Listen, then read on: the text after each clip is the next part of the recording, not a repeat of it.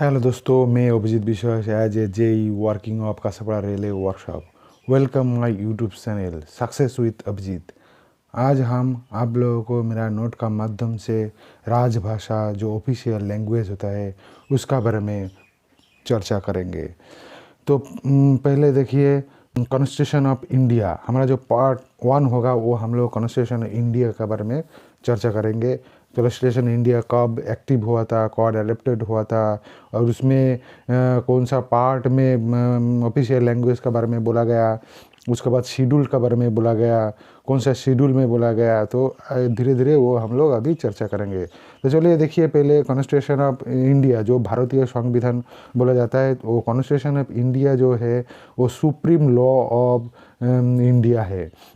और Indian constitution is the largest constitution written constitution in the world. अर्थात लिखने वाला सबसे बड़ा कॉन्स्टिट्यूशन माने हमारा भारतीय संविधान सबसे बड़ा है वो हमारा वर्ल्ड का अंदर।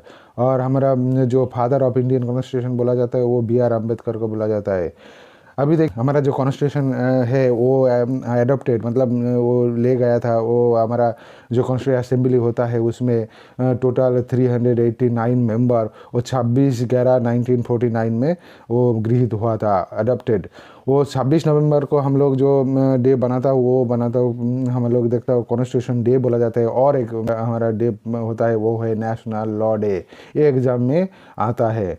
उसके बाद देखिए 26 जनवरी 1950 में 26 जनवरी 1950 में इफेक्टिव हुआ था, अर्थात लीगली हुआ था, अर्थात इन्फोर्समेंट हुआ था इसी डेट में। आपको ध्यान पढ़ना पड़ेगा, आपको ध्यान रखना है। जो एग्ज़ाम में अगर बोला गया एडॉप्टेड हुआ है तब गृहीत हुआ है तब आपको 26/11/1940 लिखना, ऑप्शन को टिक करना है। और नहीं तो अगर इन्फोर्समेंट और इफेक्टिव बोलेगा तो अब आपको टिक करना है 26/1/1950 अर्थात जनवरी में। अच्छा, उसके बाद देखिए इनएक्टिव टाइम जब वो हमारा कॉन्स्टिट्यूशन बना था उसी टाइम देखिए, पहले शेड्यूल था 8 ठो और पार्ट था 22 ठो और आर्टिकल था 395। और अभी कितना है, अभी है शेड्यूल 12 है और पार्ट है 25 ठो और आर्टिकल है 470। और अभी तक अमेंडमेंट कितना हुआ है, 105 टाइम हुआ है।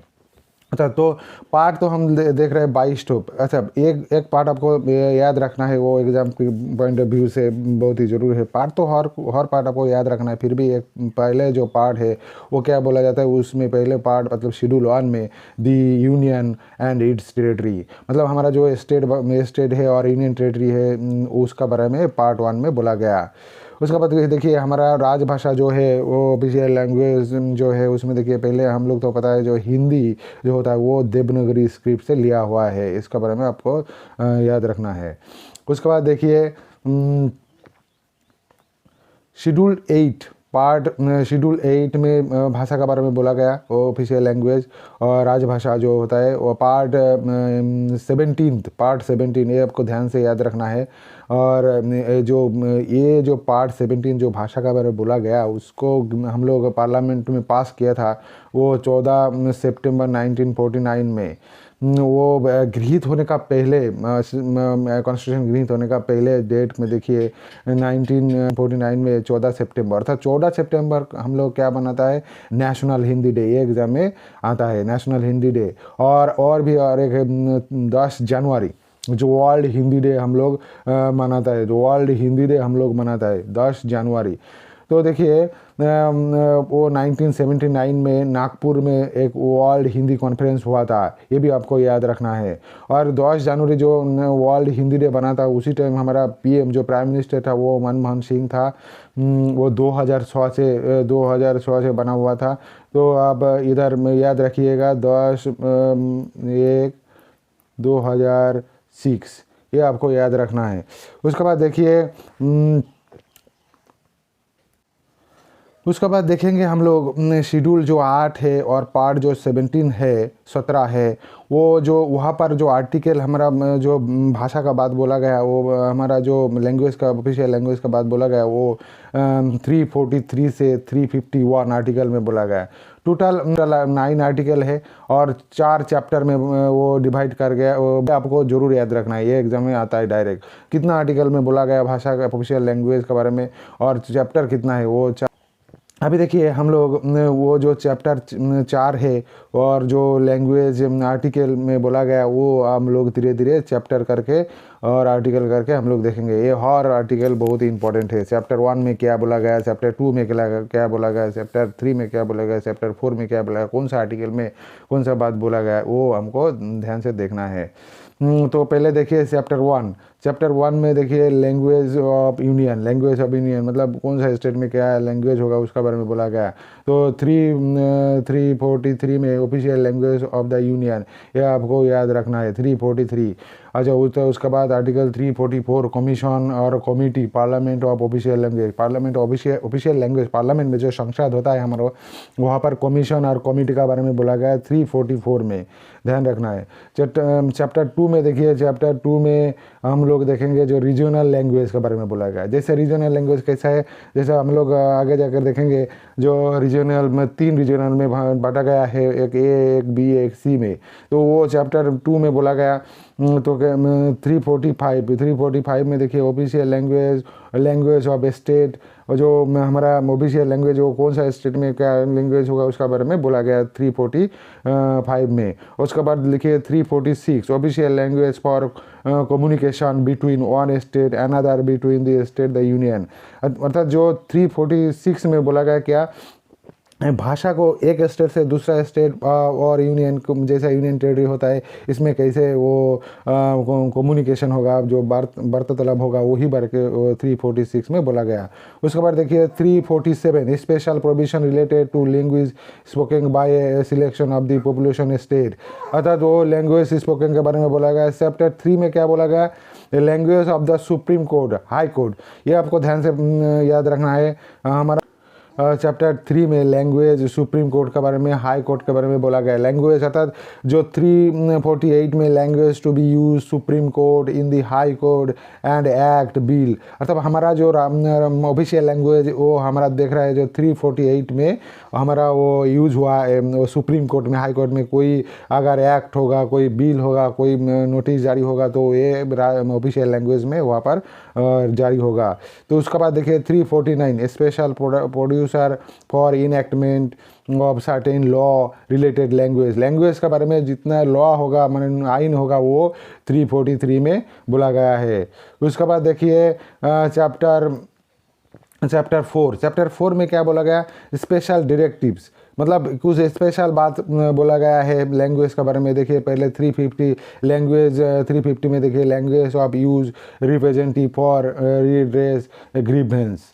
अच्छा 351 देखिए ये आपको ध्यान रखना है, 350 यानी एग्जाम में 350A जो होता है वो एग्जाम में आता है, facility for instruction in mother tongue. मतलब जो हमारा मदर टंग है वो प्राइमरी स्टेज में यूज होता है। जैसे हमारा वेस्ट बंगाल है बंगाली है, दिल्ली अगर जाएगा आपको हिंदी मिलेगा, वो यूपी में हिंदी, बिहार में हिंदी, वो मदर लैंग्वेज होता है जिसका स्टेट में जो जहाँ पर रहता है वो मदर लैंग्वेज प्राइमरी स्टेज में होगा। और कितना अच्छा डेवलपमेंट होगा, कैसे अच्छा बनेगा, वो 350A में बोला गया। आर्टिकल 350B में क्या बोला गया, 350B में special officer for language minorities. Minorities का जैसे आदिवासी का होता है, जैसे अलग सावधानी में सिंधी हम लोग पढ़ेगा आगे जाकर भाषा कितना प्रकार होता है, वो सब वो जो माइनॉरिटीज़ भाषा होता है वो 350B में बोला गया। और 350A में ये आपको स्पेशली याद रखना है 350 डायरेक्टिव डेवलपमेंट दी हिंदी लैंग्वेज। हिंदी लैंग्वेज के और कितना अच्छा डेवलपमेंट कर सकता है ये एग्जाम में आता है। तो ऑफिशियल लैंग्वेज टोटल कितना है, ऑफिशियल लैंग्वेज जो शेड्यूल 8 और पार्ट 17 में है वो टोटल हम लोग देख रहे हैं, टोटल 22 लैंग्वेज है आज अभी तक अपडेट हुआ है।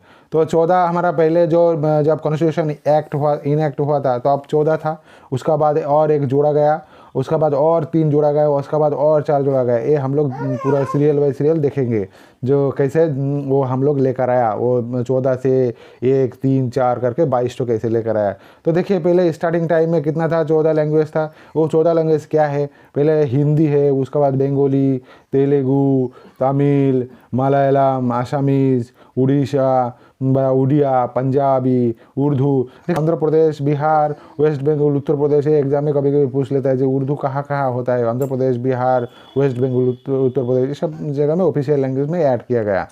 उससे देखिए कश्मीर, गुजराती, मराठी, कन्नड़ा, संस्कृत, ये था पहले जो इनेक्ट हुआ था कॉन्स्टिट्यूशन। उसके बाद देखिए हमारा एक भाषा जोड़ा गया जो सिंधी भाषा है, जो 21 अमेंडमेंट 1967 में, और 3 भाषा जोड़ा गया जो 71 अमेंडमेंट में 1992 में। उसमें जो 3 भाषा जोड़ा गया उसको कैसे हम लोग ट्रिक का माध्यम से याद रखेंगे, वो याद रखने का नमक, NAMA के नमक से हम लोग कैसे याद रखेंगे। पहले एन से देखेंगे नेपाली, और एम से देखेंगे मणिपुरी जो मैटी, और के से देखेंगे कोंकणी जो गोवा में बोला जाता है, और नेपाली बोला जाता है सिक्किम में। नेपाली देखिए, ये जो नेपाली जो भाषा है ये एकमात्र ओनली फॉरेन लैंग्वेज है। ये एग्जाम में पूछता है कौन सा भाषा सबसे एकमात्र फॉरेन लैंग्वेज है, वो नेपाली है। और ये भाषा कहाँ चलता है ये भी पूछता है कौन सा स्टेट में, ये सिक्किम में, सिक्किम का ऑफिशियल लैंग्वेज जोड़ा गया है। उसका बाद देखिए हम लोग 4 भाषा और जोड़ा गया बाद में, वो देखिए वो 92 अमेंडमेंट में 93 में जोड़ा गया।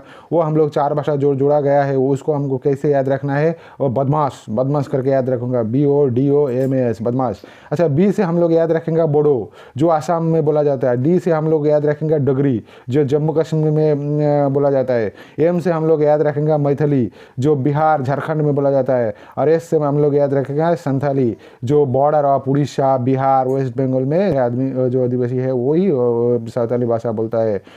उसके बाद देखिए और दो ठो आर्टिकल आपको याद रखना है। जैसे आर्टिकल क्या है, वो आर्टिकल है 120, और एक है और देखिए ध्यान दीजिए यहाँ पर देखिए लगभग सेम है 120, एक बार 12 सेम है, देखिए 120 है और 210 है।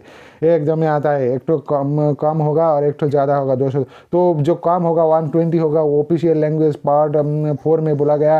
अच्छा, लैंग्वेज में यूज हुआ है ये पार्लियामेंट में, जो संसद में यूज हुआ है 120 आर्टिकल में पार्ट 5 में, और आर्टिकल 210 पार्ट 6 जो लैंग्वेज यूज हुआ लेजिस्लेटिव असेंबली में, स्टेट लेजिस्लेटिव जो विधान परिषद होता है हमारा जो स्टेट में, उसमें यूज हुआ है। और देखिए अभी यहाँ पर जो हम लोग टोटल लैंग्वेज देखा जो 22 है, उसको देखिए हम लोग इंग्लिश को ऑफिशियल लैंग्वेज में नहीं जुड़ा हूँ, फिर भी इंग्लिश को हर स्टेट में रखा हुआ है। और एक बात देखिए जो एग्जाम में बार बार पूछता है, वो पूछता है अरुणाचल प्रदेश का ऑफिशियल लैंग्वेज व नागालैंड का ऑफिशियल लैंग्वेज क्या है, ओनली एक है, वो है इंग्लिश। ये आपको ध्यान से याद रखना पड़ेगा। अगर आपको वीडियो अच्छे लगे तो like, subscribe, comment and share करें। Thank you for watching video.